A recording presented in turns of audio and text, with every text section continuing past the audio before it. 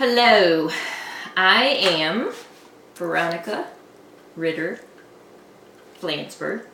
My mother, Carmela Ritter, was one of 8 siblings, and back in the 40s they opened a bakery called La Roma Bakery in Rome, New York.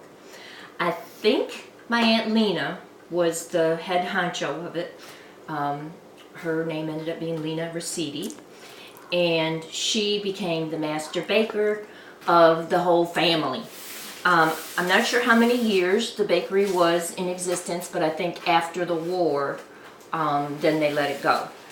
In the meantime, my Aunt Lena and my other aunts became pretty good bakers, but my Aunt Lena continued the profession in the basement of my grandmother's house and baked the most elaborate wedding cakes and cookie trays and just fabulous pastries, including homemade macaroni.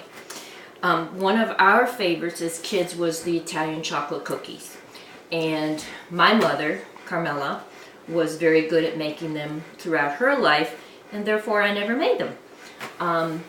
Mom passed away in 2009, and to commemorate her passing, my sister Joanne and I made the Italian chocolate cookies for her reception, for her funeral reception. And since then, I've gotten lots of requests for them.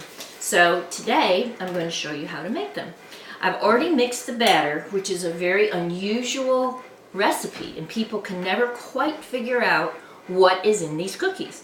But the main thing in these cookies that makes them so different is they have cloves and cinnamon, which you don't think about having in a chocolate cookie. Anyways, you sift the flour, the sugar, and all the spices together, and then you add them to milk and oil and walnuts. The tricky part about these cookies is rolling them because it's very sticky.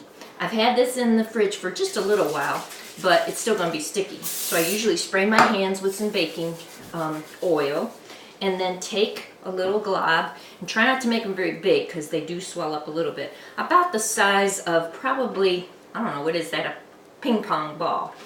My mom always said ungreased cookie sheets, but I like to use parchment paper so that I'm absolutely sure that they're not going to be too stuck to the pan. But you start rolling, and this recipe makes about 4 dozen cookies. And when we get finished, they bake for 10 minutes or so. They're really not a difficult cookie to make. The tricky part is the frosting, and we'll do that later.